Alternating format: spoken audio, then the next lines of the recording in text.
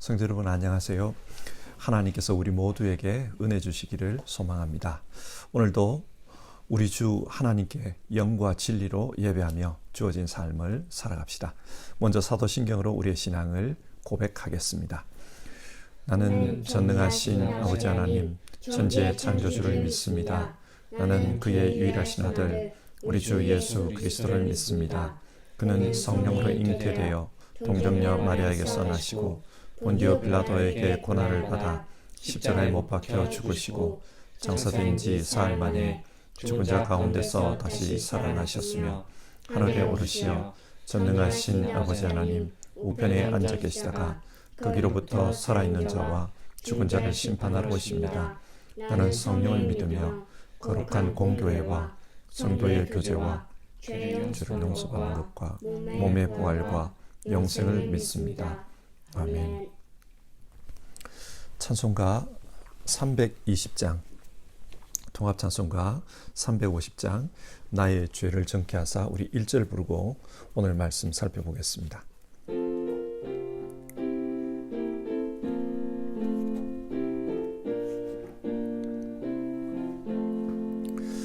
나의 죄를 정케하사 주의 일꾼 삼으신 구세주의 넓은 사랑 항상 찬송합니다.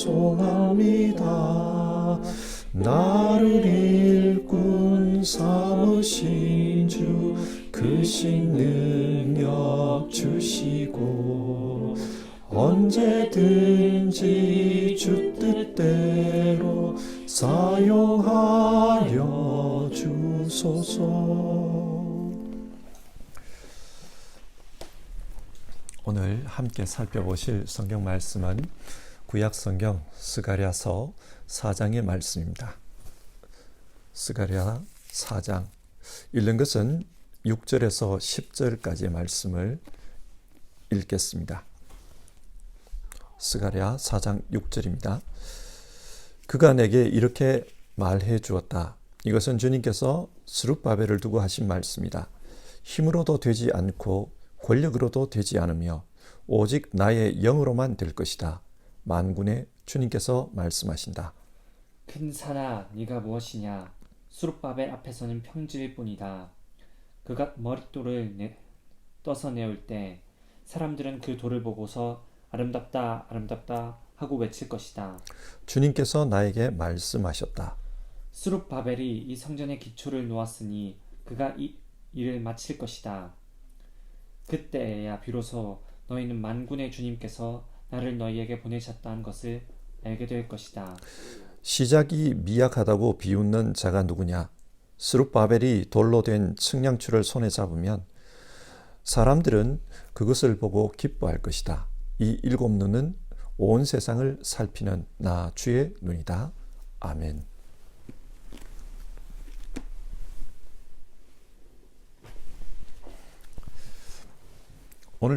오늘부터 다시 스가랴서의 말씀을 살펴보려고 합니다. 지난 2주 동안 스가랴서의 말씀을 중단했기 때문에 본문의 내용 연결이 쉽지 않을 것 같습니다. 그래서 다시 한번 스가랴서의 배경을 말씀드리고자 합니다. 스가랴서는 이스라엘 백성이 바벨론 포로에서 돌아온 후에 주어졌던 하나님의 말씀입니다. 포로에서 돌아온 사람들은 무너졌던 이스라엘 공동체를 다시 일으켜 세워야 했습니다. 그런데 어떤 일부터 해야 할까요? 비교해서 생각해 보면 한국은 일제강점기 동안 나라를 잃어버렸습니다. 그런데 2차 세계대전에서 일제가 망하는 바람에 광복의 기쁨을 누리게 되었습니다. 1945년 이제 나라를 다시 일으켜 세우는 일을 해야만 했습니다. 그때 할 일이 참 태산같이 많았을 것 같아요. 국가의 비전을 수립하고 그에 따라 헌법을 만들고 헌법에 따라 정부를 조직해야 합니다. 또 과거사도 청산해야 했습니다. 그래야 새로운 출발을 할 수 있기 때문입니다. 그런데 그 당시 지도자들의 생각이 너무 다르고 또 다양하니까 나라가 많이 혼란스러웠습니다. 그러는 와중에 남북이 분단되었고 또 한국전쟁이 일어나서 큰 어려움을 겪었습니다. 나라를 새롭게 세우는 것, 그것이 얼마나 힘들고 혼란스러운 일이었습니까? 그처럼 이스라엘 백성들도 다시 공동체를 회복해야 하니까 정말 할 일이 많았을 것입니다. 그런데 그때 무엇보다 중요한 것은 앞으로 이스라엘은 어떤 공동체가 될 것인가, 그거였습니다. 공동체의 비전이 정해져야 그 비전에 따라 공동체를 구체적으로 만들어갈 수 있기 때문입니다. 어떤 공동체가 되어야 할까? 사람들의 생각은 복잡했습니다. 그런데 그때 하나님께서 선지자들을 통해 비전을 주셨습니다. 이스라엘은 하나님을 섬기는 나라, 열방의 제사장 나라가 되어야 했습니다. 그래서 그들은 제일 먼저 성전을 짓고 하나님을 섬기는 일을 하려고 했습니다. 하지만 당시 성전 건축은 쉬운 일이 아니었습니다. 우선 주변의 여러 민족이 성전 건축을 방해했습니다. 성전이 건축되면 이스라엘 사람들이 신앙으로 똘똘 뭉쳐서 자신들을 위협해 올 수도 있다, 그런 생각을 했기 때문입니다. 또 돌아온 사람들의 경제적 궁핍이 큰 문제가 되었습니다. 성전 건축에 드는 경비를 감당하기가 어려웠습니다. 그래서 결국 성전 건축은 중단된 채 시간이 흐릅니다. 그러자 하나님께서 학개와 스가랴 선지자를 보내 다시 성전을 건축하라고 독려하십니다. 이런 상황 속에서 스가랴서의 말씀이 주어졌던 것입니다. 자, 그러면 오늘 살펴보는 스가랴서 4장의 말씀은 어떤 내용입니까? 스가랴 선지자가 한 이상을 보았습니다. 그 이상은 순금 등대와 그 등대 곁에 서 있던 두 감람나무에 대한 것이었습니다. 이 등대의 모양은 우리가 알고 있는 유대교의 촛대나 솔로몬 성전에 있던 등대의 모양과는 완전히 달랐습니다. 이 등대의 특징은 총 49개의 등이 있고 등대 좌우에 두 그루의 감람나무가 서 있다는 겁니다. 그리고 그 감람나무로부터 관을 통해 직접 기름이 이 등대에 공급되고 있었습니다. 여러분, 이 이상이 무엇을 의미할까요? 오늘 우리도 성경을 읽으며 그런 질문이 듭니다. 어떤 의미일까?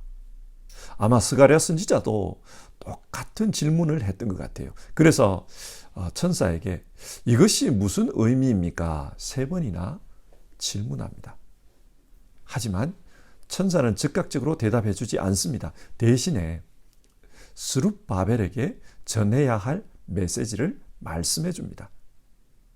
그리고 오늘 본문이 끝나는 14절에 가서야 이 이상에 대한 해석을 해 주십니다. 14절, 그 천사는 올리브나무 2그루와 가지 2개는 온 세상을 다스리시는 주님을 섬기도록 주님께서 기름 부어서 거룩히 구별하신 2사람이라고 말해 주었다. 자, 감람나무 2그루 혹은 그 나무의 2가지는 기름 부음을 받은 2사람이라고 합니다. 본문이 명시적으로 그 사람이 누구다, 그 사람들의 이름을 밝히지는 않지만 스가랴서의 맥락을 볼 때 그 2사람은 대제사장 여호수아와 또 총독 스룹바벨을 가리킵니다. 스룹바벨은 유다의 왕이었던 여호야긴의 손자이며 페르시아가 유대 땅 총독으로 임명한 포로 귀환자들의 지도자입니다. 그는 바벨론 포로에서 돌아온 후 여호수아 대제사장과 함께 이스라엘 공동체를 다시 세우는 그 임무를 부여받은 사람입니다. 그런데 성전을 건축하려고 하다가 문제에 부딪혔습니다. 그래서 16년 동안 이 성전 건축이 중단되었습니다. 그런 상황에서 학개와 스가랴 선지자의 예언으로 다시 성전 건축을 시작했습니다. 그렇지만 결과를 장담할 수가 없었습니다. 성전 건축이 잘 진행될지 미래가 불확실했습니다. 너무 방해가 많았기 때문입니다. 자, 이런 상황에서 하나님은 이 이상을 통해 메시지를 주고 있습니다. 스가랴 3장은 여호수아 대제사장에게 주신 하나님의 말씀이고 4장은 스룹바벨에게 주시는 하나님의 말씀입니다. 하나님은 지금 이들을 14절에서 하나님을 섬기도록 기름 부어 구별하신 두 사람이라고 했습니다. 무슨 말입니까? 하나님은 이 두 사람을 통해서 일을 하시겠다는 뜻입니다. 자, 그러면 오늘 이상에 나오는 이 등대는 무엇을 상징할까요? 신학자들은 여러 가지 설명들을 합니다만 전체 맥락을 볼 때 성전을 상징한다, 그렇게 해석하는 것이 무난할 듯합니다. 하나님은 성전을 통해 진리의 빛을 세상에 밝히고자 하십니다. 등대 역할을 하시는 겁니다. 등대 역할을 하게 하는 겁니다. 참고로 신약 성경을 보면 예수님께서 자신의 몸을 성전이라고 하지 않았습니까? 예수님께서 세상을 밝히는 세상의 빛이십니다. 진리의 등대이십니다. 그래서 진리의 말씀으로 세상을 밝히셨습니다. 그리고 예수님을 따르는 제자들에게도 너희는 세상의 빛이다, 세상을 밝히는 빛으로 살라고 하셨습니다. 교회 역시 진리의 복음으로 세상에 구원의 빛을 밝히는 그런 일을 해야 합니다. 그러니까 두 감람나무는 여호수아 대제사장과 스룹바벨 총독이고, 그리고 그 감람나무 사이에 서 있는 이 등대는 하나님의 성전, 진리의 등대다, 그렇게 해석할 수 있습니다. 자, 다시 본론으로 들어와서 하나님은 이 진리의 등대, 즉 성전을 이 두 사람을 통해 세워가겠다고 하십니다. 그래서 스룹바벨에게 이런 말을 전하라고 합니다. 6절인데요. 이것은 주님께서 스룹바벨을 두고 하신 말씀이다. 힘으로도 되지 않고 권력으로도 되지 않으며 오직 나의 영으로만 될 것이다. 만군의 주님께서 말씀하신다. 이 말씀은 굉장히 유명한 구절입니다. 그래서 많은 분들이 이 말씀을 가지고 설교를 합니다. 이는 힘으로도 되지 않고 능으로도 되지 않고 오직 나의 신으로 되느니라. 하나님은 지금 이 성전 건축을 인간의 힘으로 되는 것이 아니다, 그렇게 말씀합니다. 여러분, 그렇지 않습니까? 돌로 세우는 성전은 인간의 힘, 인간의 기술로도 세울 수가 있습니다. 그러나 세상을 밝히는 진리의 등대, 하나님의 교회, 그것은 인간의 힘으로 세우는 것이 아닙니다. 무엇으로 세웁니까? 오직 나의 영으로 될 것이다. 하나님께서 직접 세우십니다. 자, 여기서 몇 가지 확인하고 갑시다. 힘으로 되지 않는다고 했습니다. 여기서 힘이라는 단어는 인간의 능력, 군사력, 돈, 그런 것을 가리킬 때 사용하는 단어입니다. 당시 이스라엘 백성들은 성전 건축과 관련하여 주변 민족들 때문에 어려움을 겪었다고 했습니다. 또 궁핍함 때문에 어려움을 겪었다고 했습니다. 그래서 사람들은 생각했을 것입니다. 주변 민족을 제압할 수 있는 군사력이 있으면 성전을 건축할 수 있다. 우리에게 풍성한 물질이 있으면 성전을 건축할 수 있다. 사람들은 그렇게 생각합니다. 그러나 하나님은 그렇지 않다고 하십니다. 또 하나님은 권력으로도 되지 않는다고 하십니다.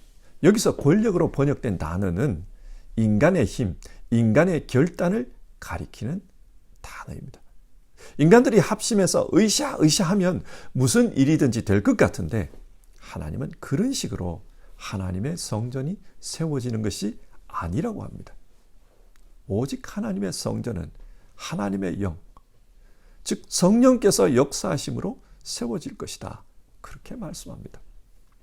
실제로 사도행전을 보면 교회는 부활하신 예수님, 그리고 오순절에 강림하신 성령님, 그 성령님에 의해서 세워지는 것을 볼 수 있습니다.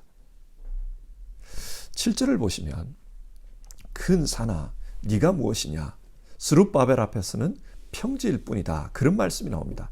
여기서 큰 산이란 성전 건축을 반대하던 세력들을 가리키는 상징적인 용어입니다.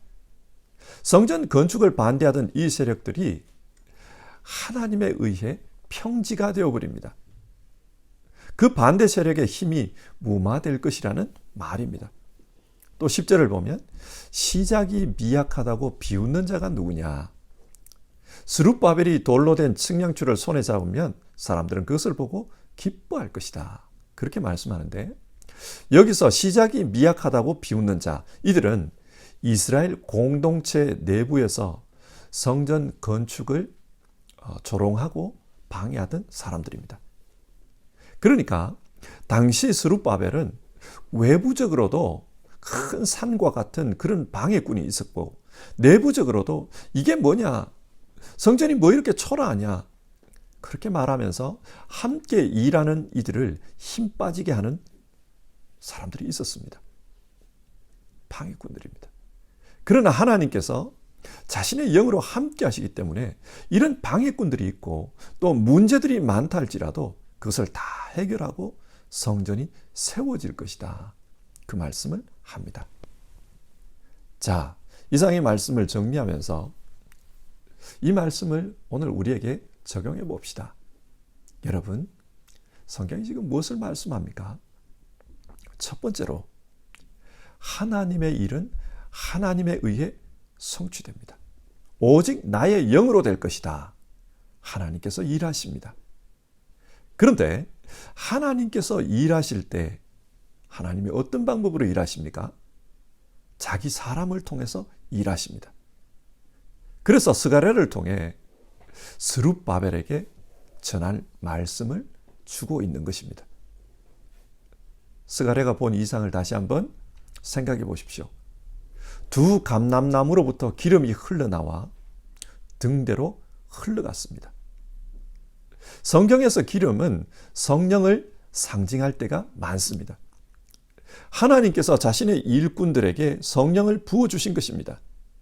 그리고 그렇게 하나님의 영으로 충만한 두 사람이 진리의 등대인 하나님의 성전을 짓고 있는 겁니다. 하나님께서 그 사람들을 통해 일하시니 이 성전은 완공될 수밖에 없습니다. 그래서 9절을 보면 스룹바벨이 이 성전의 기초를 놓았으니 그가 이 일을 마칠 것이다, 그렇게 말씀합니다. 오늘도 하나님은 자기 사람들을 통해서 일하십니다. 그래서 자기 사람들에게 하나님의 영, 성령을 부어주시고 그 성령으로 말미암아 일하게 하십니다. 세상에는 힘으로 되지 않고 권세로 되지 않는 그런 일들을 많이 경험합니다. 그러나 하나님께서 하나님의 영을 통해 역사하시기 때문에 하나님의 사람들이 하나님의 일을 이루어갑니다. 우리 모두는 하나님의 영이 함께하는 사람들입니다. 이게 중요합니다. 그래서 신약 성경은 우리를 성령의 전이라고 부릅니다. 무슨 말입니까? 하나님은 오늘 우리를 통해 일하신다, 그 사실을 잊으면 안 됩니다. 여러분, 어떤 분이 일을 하기 위해 회사에 출근을 했습니다.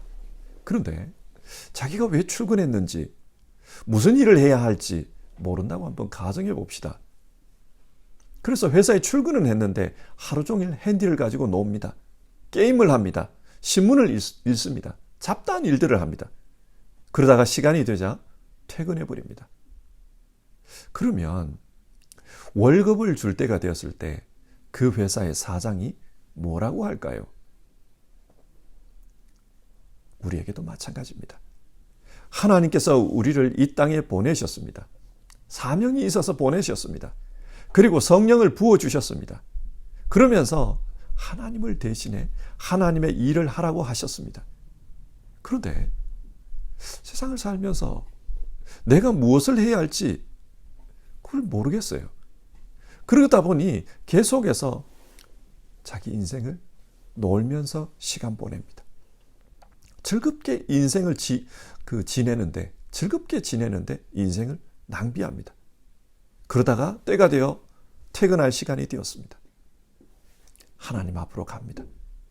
그때 하나님께서 뭐라고 하실까요? 우리 모두에게는 부담스러운 말이지만 하나님께서 우리 한 사람 한 사람에게 주신 사명이 있습니다. 우리는 그것을 찾아야 합니다. 하나님, 나는 이 땅에 어떤 목적으로 보내어졌습니까? 우리는 찾아야 합니다. 그리고 그 일을 위해 하나님께서 세우신 사람이다. 하나님께서 기름 부어 구별한 사람이다. 우리는 그것을 생각하며 날마다 살아야 합니다. 세상으로부터 구별해서 불러낸 사람, 에클레시아. 우리가 하나님의 교회, 하나님의 성도입니다. 하나님께서 우리에게 사명을 맡기셨습니다. 두 번째로, 이렇게 하나님의 사람으로 살아갈 때 어려움이 있다는 것을 잊으면 안 됩니다. 오늘 본문을 보면 스룹바벨 앞에 큰 산이 있었습니다. 성전 건축을 방해하던 이들이 있었습니다. 외부적인 방해가 있었습니다. 뿐만 아니라 내부적인 방해도 있었습니다. 지금도 마찬가지입니다. 믿음으로 살려고 할 때 하나님께서 주신 사명에 따라 하나님 사람으로 살아가려고 할 때 우리에게는 외부에서도 내부에서도 어려움이 생깁니다. 그러나 그때 기억해야 합니다. 하나님께서 이 모든 어려움을 이기게 하신다. 우리 그걸 기억해야 해요. 스룹바벨의 경우 하나님께서 큰 산을 평지가 되게 해주셨습니다. 내부적으로 방해하던 자들이 잠잠해졌습니다.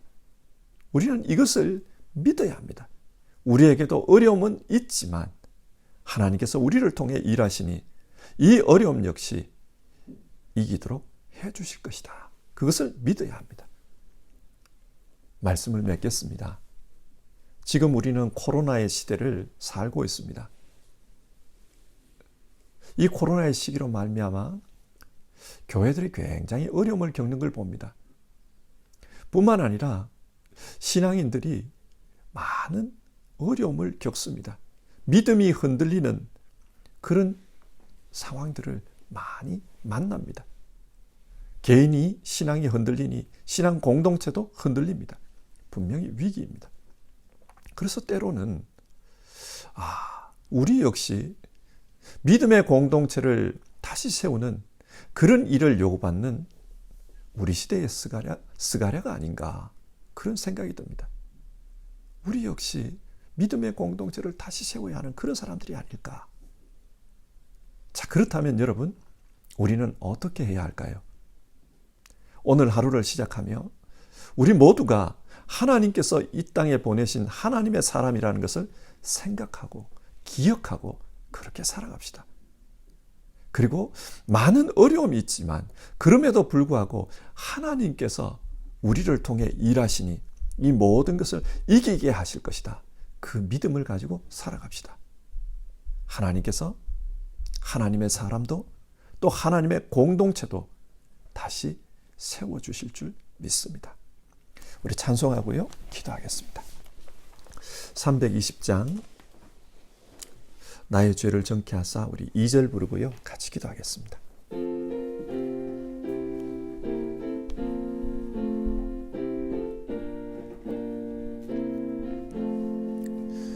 내게 부어주시려고 은혜 예비하신 주의 은혜 채워주사 능력 있게 하소서. 나를 일꾼 삼으신 주 그 능력 주시고 언제든지 주 뜻대로 사용하여 주소서. 같이 기도합시다. 오늘 하루 하나님의 사람으로서 어떻게 살아갈까, 그것을 생각하며 기도합시다. 그리고 많은 어려움들을 겪고 있는 분들이 계시다면 하나님께서 우리를 통해 일하시기 때문에 반드시 이길 것이다, 그 믿음으로 살아가기를 기도합시다. 그리고 코로나의 시기, 믿음의 사람들이 많이 흔들리는 것을 봅니다. 신앙 공동체가 흔들리는 것을 봅니다. 하나님께서 다시 세워가실 것을 우리가 믿고 기도해 봅시다.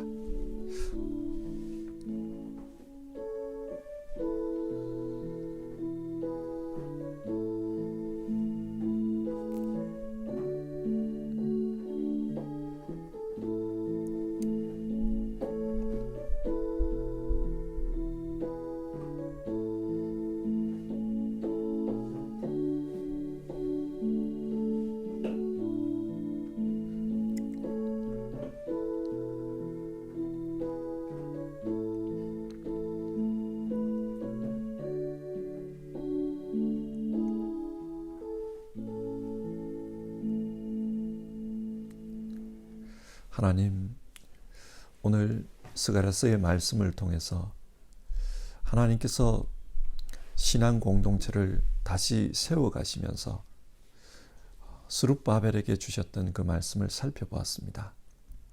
하나님께서 일하십니다. 하나님께서 하나님의 영을 통해 직접 일하십니다. 그러나 우리 가운데 오셔서 우리를 통해 일하시는 것을 우리가 성경을 통해 살펴보았습니다. 우리 모두 한 분 한 분, 예배하는 한 분 한 분이 하나님의 사람, 하나님께서 세우신 사람이라는 것을 기억하고 살 수 있게 도와주시옵소서. 뿐만 아니라 우리가 하나님의 사람으로서 살려고 할 때 많은 어려움들이 있지만, 그러나 하나님께서 우리를 통해 일하시기 때문에 그 모든 어려움들 이길 수 있다, 우리가 그건 믿고 살아갈 수 있게 도와주시옵소서. 코로나의 시기 많은 분들이 신앙적으로 힘들어하는 이야기를 듣습니다. 심적으로 어려워하는 이야기를 듣습니다. 정말 우리 시대는 신앙이 흔들리고 또 어려워하는 그런 시대가 되었습니다. 어쩌면 이 코로나의 시기가 다시금 신앙 공동체를 새롭게 세워가야 할 그런 시기가 아닌가, 그런 생각을 해봅니다.